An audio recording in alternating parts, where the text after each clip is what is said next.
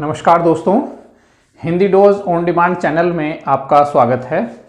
दोस्तों, आज हम समास को आगे बढ़ा रहे हैं। पिछले वीडियो से हमने समास का प्रकरण शुरू किया था, जिसमें हमने समास के बारे में बताया था और समास के भेदों के विषय में बताया था। हमने पिछली बार समास का पहला भेद पढ़ाया था, अव्ययी भाव समास। आज हम उससे आगे अगला भेद पढ़ा रहे हैं, तत्पुरुष समास। तो दोस्तों, तत्पुरुष समास में क्या होता है? हमने जैसे बताया था कि समास में जो है वो दो पद होते हैं, एक पूर्व पद, एक उत्तर पद। और प्रत्येक समास में किसी ना किसी एक पद की या दोनों पद की कहीं ना कहीं उसकी विशेषता होती है, कहीं उसकी प्रधानता होती है। तो जैसे अव्ययी भाव में प्रथम पद की प्रधानता होती है, तो ऐसे ही हम देखिए तत्पुरुष समास में उत्तर पद की प्रधानता होती है, यानी जो बाद वाला पद है उसकी प्रधानता होती है। तो और एक और क्या बात होती है तत्पुरुष समास में? एक तो उत्तर पद की प्रधानता होती है और दूसरे इसमें पदों के बीच में जो कारक या विभक्ति चिन्ह होते हैं उनका लोप हो जाता है। उनको लोप करके उनके बीच से जो परसर्ग चिन्ह होते हैं, जिन्हें हम हिंदी में परसर्ग कहते हैं, विभक्ति चिन्हों को, कारक चिन्हों को हम जिसको परसर्ग कहते हैं हिंदी में, उनका लोप करके हम जो है ये तत्पुरुष समास के जो समस्त पद हैं वह बनाते हैं। तो तत्पुरुष समास मतलब जिनमें उत्तर पद प्रधान होता है और दो पदों के बीच में से कारक या विभक्ति चिन्हों का लोप होता है, उसे कहते हैं तत्पुरुष समास। दोस्तों, ऐसे चूंकि तत्पुरुष समास जैसे हम बता रहे हैं कि इसमें विभक्ति चिन्हों का लोप होता है, तो इस आधार पर जैसे विभक्त कारक हैं सात कारक हैं, तो प्रथमा विभक्ति को छोड़कर या प्रथम यानी जो कर्ता कारक है उसको छोड़कर, क्योंकि कर्ता कारक के जो चिन्ह हैं, जो कर्ता कारक का जो चिन्ह है ने, प्राय है शब्दों के साथ कम लगता है। तो प्रथम जो कर्म कारक कर्ता कारक है यानी प्रथमा विभक्ति है, उसको छोड़कर द्वितीया से लेकर करण कारक यानी सप्तमी विभक्ति तक चूंकि 6 भेद हो रहे हैं, तो इस आधार पर, विभक्ति के आधार पर, कारक के आधार पर, जिस कारक में जिस विभक्ति या कारक के चिन्हों का लोप होता है, यह तत्पुरुष जो है उसी के नाम पर जाना जाता है। इस आधार पर कारक तत्पुरुष समास के जो हैं वो 6 भेद होते हैं। 6 भेद कौन कौन से होते हैं? आप जैसे पहले अगर कारक आपको याद है तो पहला तो कर्ता कारक हो गया। तो कर्ता कारक का हम बता रहे हैं, कर्ता कारक का जो है इसमें चिन्ह का कोई लोप नहीं होता है। तो अब आगे आता है कर्म कारक। कर्ता ने कर्म को करण से संप्रदान, अपादान, संबंध और अधिकरण, देखिए ये 6 भेद होते हैं। तो इन्हीं आधार पर तत्पुरुष समास के 6 भेद होते हैं। पहला कर्म तत्पुरुष, करण तत्पुरुष, संप्रदान तत्पुरुष। तो ये इस आधार पर, और संप्रदान तत्पुरुष, अपादान तत्पुरुष, संबंध तत्पुरुष, अधिकरण तत्पुरुष, यह 6 भेद तो होते हैं इन विभक्ति चिन्हों के लोप के आधार पर। ठीक है, इसके अलावा भी और कई भेद तत्पुरुष समास में होते हैं। इसके अलावा जो विभक्ति चिन्हों के अतिरिक्त जो भेद होते हैं वो हैं, देखिए, उपपद तत्पुरुष, नय तत्पुरुष, अलुक तत्पुरुष, प्रादि तत्पुरुष, गति तत्पुरुष, मध्यलोपी तत्पुरुष और मयूर व्यंजकादि तत्पुरुष। इतने भेद यानी समास के भेदों में जो तत्पुरुष समास है उसके सबसे अधिक भेद होते हैं। सबसे अधिक प्रकार का जो है वह तत्पुरुष समास होता है। तो चलिए दोस्तों, अब हम एक एक करके इनमें से लेते हैं, तत्पुरुष समास के हम भेदों पर विचार करते हैं, बात करते हैं। तो तत्पुरुष समास का जो प्रथम भेद है वह है कर्म तत्पुरुष। कर्म तत्पुरुष आप जानते हैं, कर्म जो कारक है उसका चिन्ह है को। कर्ता ने कर्म को चिन्ह का। तो दो पदों के बीच में जहां पर को चिन्ह का यानी द्वितीया विभक्ति का लोप होता है, वहां पर होता है कर्म तत्पुरुष। यानी कर्म कारक का कर्म कारक के चिन्हों का द्वितीय विभक्ति का जहां पर लोप होता है दो पदों के बीच में, वहां पर होता है कर्म तत्पुरुष। अब हम देख लें, इसके उदाहरण पर हम आते हैं कर्म तत्पुरुष के। देखिए, वन गमन, वन को गमन, वन को गमन, वन गमन। ऐसे ही यश प्राप्त, यश को प्राप्त, यश को प्राप्त। ग्रामगत, ग्रामगत, गत कहते हैं जाने को, यानी गांव को गया हुआ, ग्राम को गया हुआ। ऐसे ही देखिए परलोक गमन, परलोक गमन, परलोक को गमन, परलोक को गमन।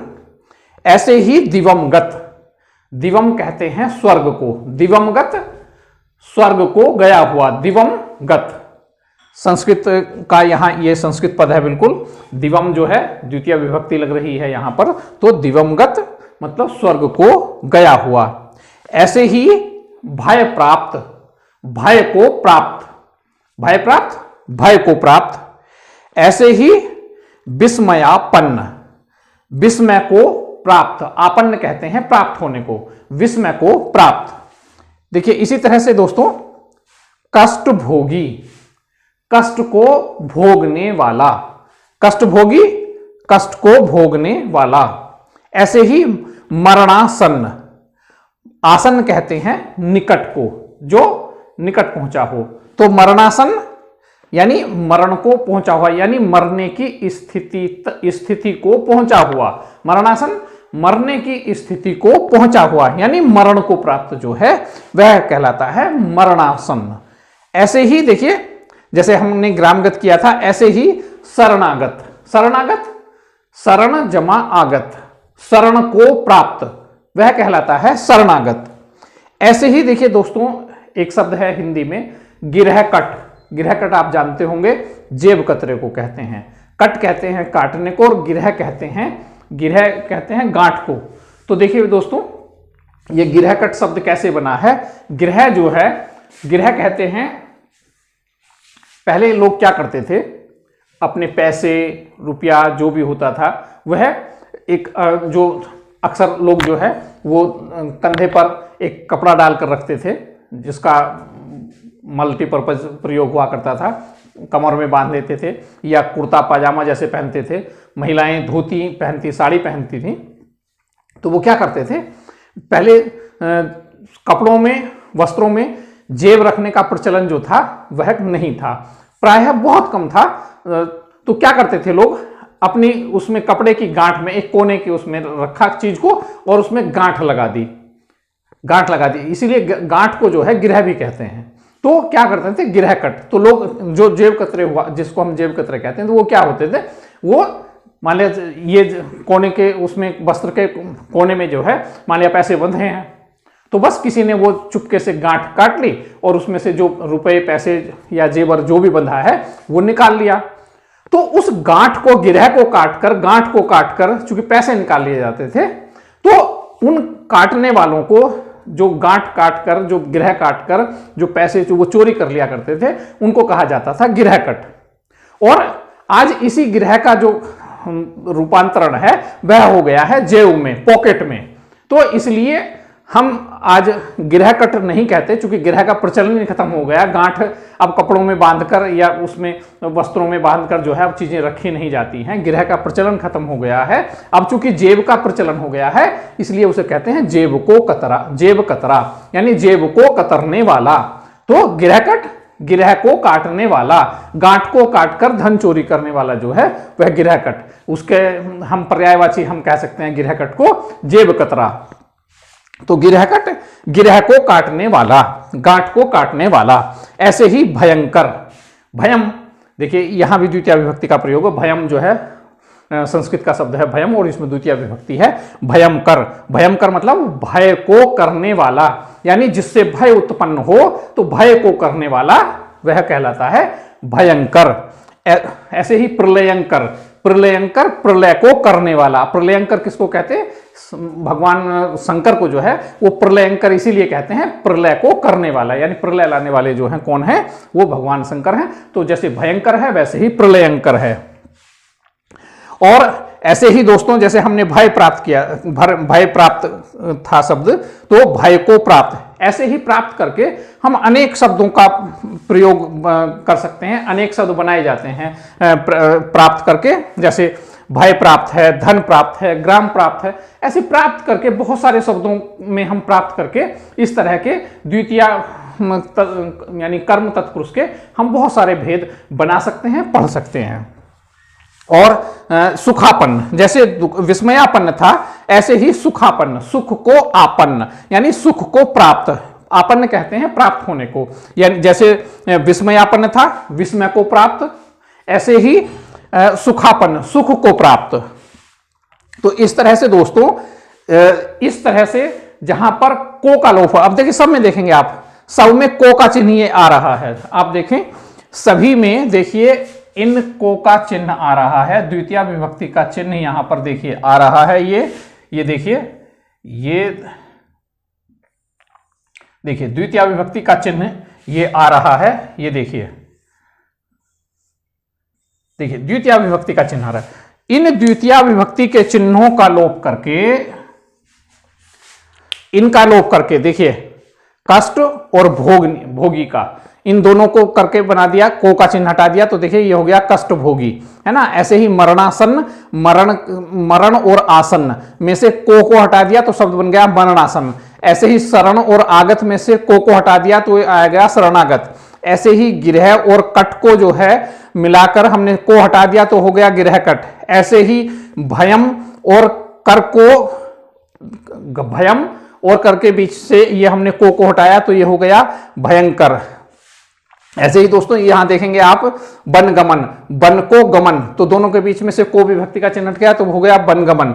यश को प्राप्त, देखिए को हटा दिया तो ये हो गया यश प्राप्त। ऐसे ही ग्रामगत, ठीक है, ग्राम को गया हुआ, ग्राम को गत, अब ग्राम और गत को बीच में से हटा दिया है विभक्ति चिन्ह तो हो गया ग्रामगत। ऐसे ही परलोक, परलोक गमन, परलोक को गमन, तो देखिए परलोक को गमन को हटा दिया है और मिला दिया है तो देखिए परलोक गमन हो गया। ऐसे ही दिवमगत, स्वर्ग को गया हुआ, अब जैसे दिवम स्वर्ग, तो ये देखिए ये को हटा दिया तो ये बन गया दिवमगत। ऐसे ही भय प्राप्त, भय को प्राप्त, को हटा दिया तो ये हो गया भय प्राप्त। ऐसे ही धन को प्राप्त, दोनों के बीच से को हट गया विभक्ति चिन्ह। ऐसे ही ग्राम प्राप्त, ग्राम को प्राप्त, को हट गया तो देखिए ये इस तरह से ये कर्म कारक यानी द्वितीय विभक्ति के चिन्ह का लोप करके हमारे जो पद बनते हैं वह होते हैं कर्म तत्पुरुष। तो देखिए दोस्तों कर्म तत्पुरुष को आप ठीक से समझ गए होंगे। इसके बाद अगला भेद है हमारा करण तत्पुरुष। करण तत्पुरुष यानी तृतीय विभक्ति। करण कारक कहते हैं जो जिसके द्वारा काम जो है वो सिद्ध होता है, जिसके द्वारा कार्य किया जाता है, साधन के रूप में जहां प्रयोग होता है वह उसको कहते हैं करण कारक। और करण कारक का चिन्ह है से या के द्वारा।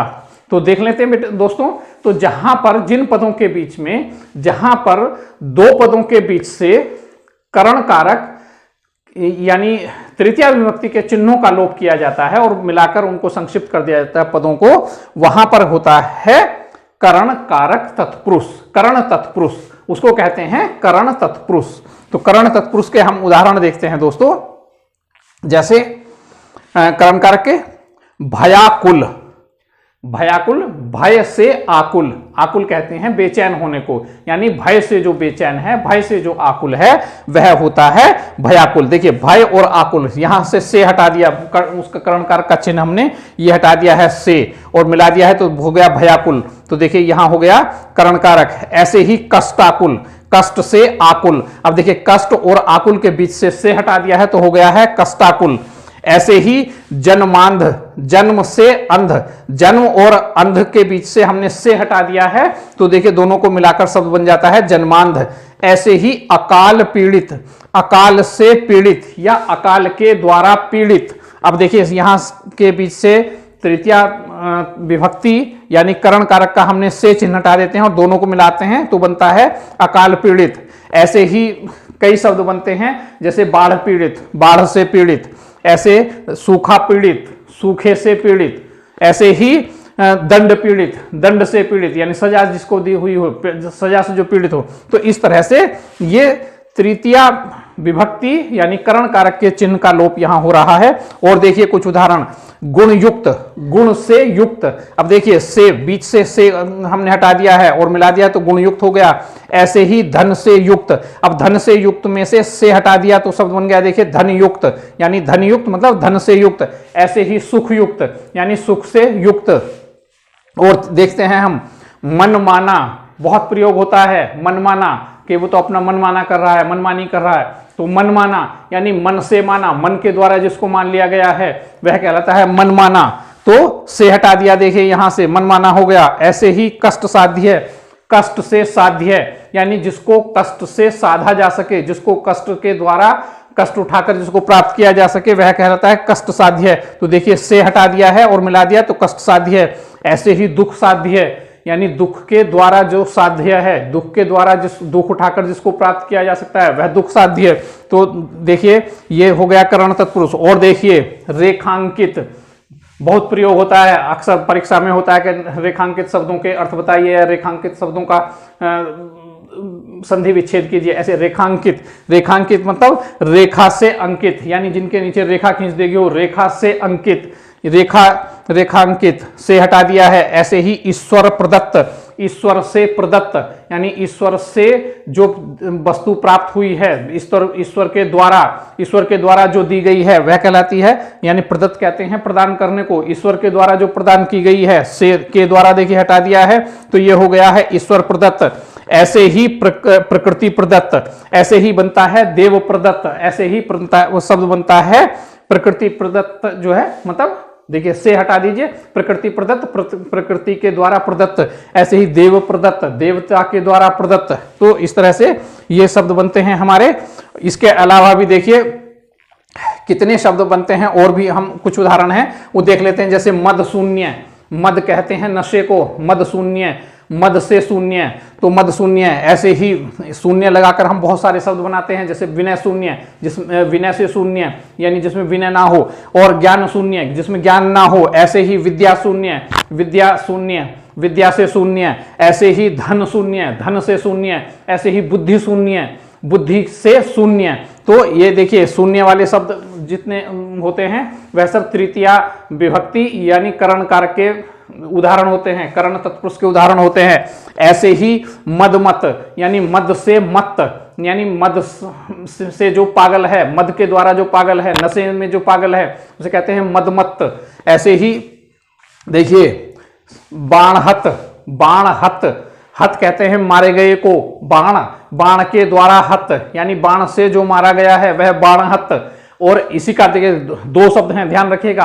अगर अगर इनका जो है समास विग्रह करने के लिए आता है तो ध्यान रखिएगा कि बाणहत, बाणहत का मतलब होता है बाण के द्वारा मारा गया, बाण से मारा गया, बाणहत। एक शब्द है बाणाहत, बाण जमा आहत, आहत कहते हैं घायल करने को, यानी जो बाण के द्वारा घायल है वह बाणाहत। तो देखिए दोनों का फर्क है, शब्द बाणहत और बाणाहत, दोनों शब्दों के फर्क को समझ लीजिएगा।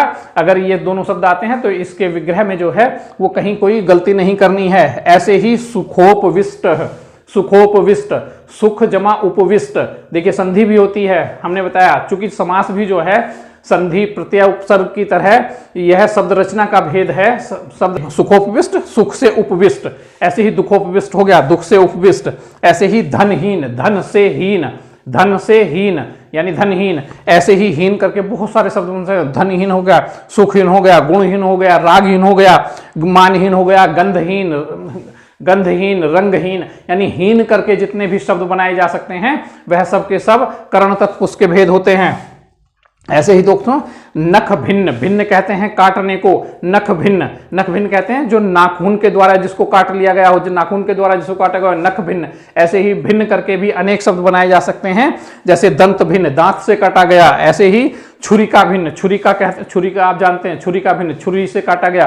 तो इस तरह से दोस्तों यह हमने देख लिए हैं करण तत्पुरुष के भेद। करण तत्पुरुष के इतने भेद हमारे हो गए हैं, और आज हमने ये कर्म तत्पुरुष और करण तत्पुरुष के भेदों को समझ लिया है। मैं समझता हूं शायद अब इसमें कहीं किसी तरह की कोई भ्रांति नहीं रह गई होगी। ये करण तत्पुरुष में करण तत्पुरुष में जो है वो करण कारक द्वितीय विभक्ति के चिन्हों का लोप होता है, और करण तत्पुरुष में जो है वो करण कारक तृतीय विभक्ति के चिन्हों का लोप होता है। बस इतनी सी बात है दोस्तों। फिर भी अगर आपको कहीं कोई बात अगर समझ नहीं आई है, नहीं समझ पाए हैं, कोई चीज रह गई है या कहीं कोई भ्रम हो रहा है, तो आप हमारे चैनल के कमेंट बॉक्स में जाइए, कमेंट करके हमसे प्रश्न पूछिए, हम उसका निदान करेंगे। इसके अलावा भी आपको हिंदी और संस्कृत दोनों विषयों को पढ़ते समय या पढ़ाते समय अगर कहीं कोई दिक्कत आ रही है, कहीं कोई प्रश्न परेशान कर रहा है, कहीं कोई मार्गनिर्देशन की आवश्यकता है, तो चैनल के कमेंट बॉक्स में जाकर हमसे पूछिएगा प्रश्न। हम निश्चित रूप से आपकी उस समस्या का, आपके उस जो भी आपका प्रश्न है उसका हम निदान, आपका उसका निराकरण हम जरूर देंगे। तो दोस्तों, अगर अभी तक आपने हमारे इस चैनल को सब्सक्राइब नहीं किया है तो सब्सक्राइब कीजिए, और आपको हमारा ये चैनल कैसा लगा और इसमें आप किस तरह का हमसे सुधार चाहते हैं और क्या चीज़ हमसे चाहते हैं, हमें जो आपके लिए उपयोगी हो, जिससे हम आपके लिए इसको अधिक से अधिक उपयोगी बना सकें, वह सुझाव भी हमें कमेंट करके जरूर बताइएगा। और बेल आइकन का बटन जरूर दबा दीजिएगा अगर अभी तक नहीं दबाया है तो, जिससे हमारे नए वीडियो का नोटिफिकेशन आपको तुरंत मिलता रहे। और दोस्तों, दूसरे लोगों के साथ अपने जो हमारे जो आपके जो परिचित हैं उनके साथ, जो आपके सहपाठी हैं या जो पठन पाठन करने वाले हैं, उनके साथ शेयर जरूर कीजिएगा, जिससे सभी लोग लाभान्वित हो सकें। तो ठीक है दोस्तों, हम अगली वीडियो में जो है इसके अगले भेद के साथ फिर उपस्थित होंगे। तब तक के लिए नमस्कार।